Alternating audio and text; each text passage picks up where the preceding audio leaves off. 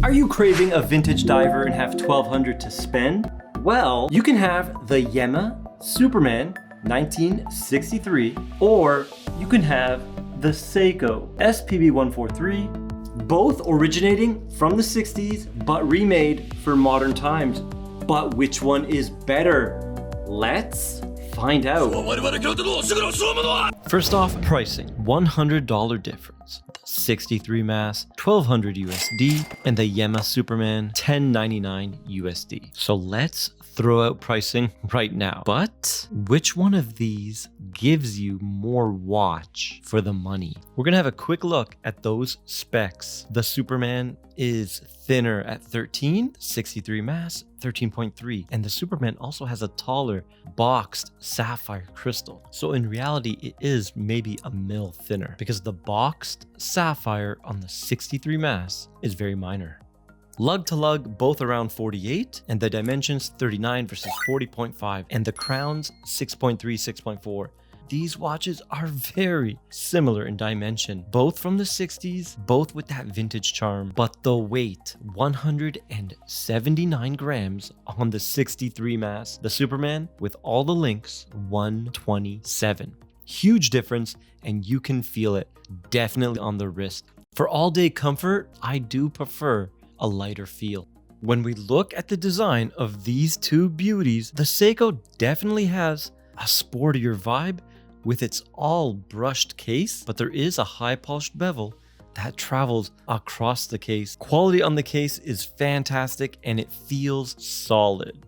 The Yema's design is the exact opposite. The whole case is completely polished. However, the bezel, the top hat portion, and the bracelet is brushed, but the case all polished. Overall, it presents dressier than the SEIKO and has a standout design that grabs more attention with that dynamic, layered case. A ton of dimension, very playful. Which one are you guys gravitating towards? The more dressier option with the dynamic look, or the more sporty, stern, clean cut look of the SEIKO? The bracelets are also very different. The Yema's is ultra thin. Look at those links. 19 down to 16, solid end links, solid links, push pins, squared off Jubilee look, brushed on the flanks. Looks absolutely gorgeous. Love the contrast between the high polished lugs. It has a friction fit fold over with dive extension and 4 micro adjusts. All right, this thing doesn't really close very good, this fold over. And look at the links of the Yema. Look at that. These are the links I removed and they just articulate to perfection. When I wear my Yema, I find it extremely comfortable. The SEIKO, very different vibe here. Still solid end links and solid links, but this time it's male end links. Not a fan of that. Pins and collars, ultra thick and heavy, bulky, oyster style links. Now it looks like 3-piece, but it's only 2-piece. Articulation, decent, but not as good as the Yema's. The operation of the clasp is much more refined. The fold over, very nice. And we got twin button release, fully milled. That is a much better experience than the friction fit lift lock of the Yema. But the dive extension on the SEIKO seems like that one belongs on the original 60s model.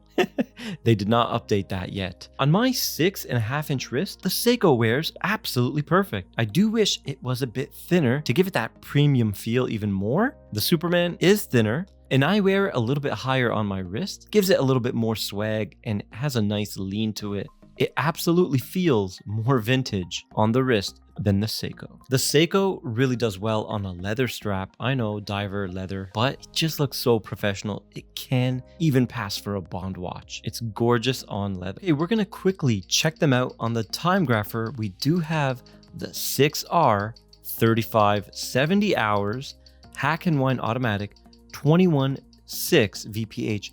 So you are getting a low beat. You're not getting the medium beat of the Yema. A little bit of a disadvantage there. I prefer a higher beat always. It's like having more horsepower. Of course, I wish all my watches were 36,000 true high beat like Grand Seiko's, but you know, those are expensive.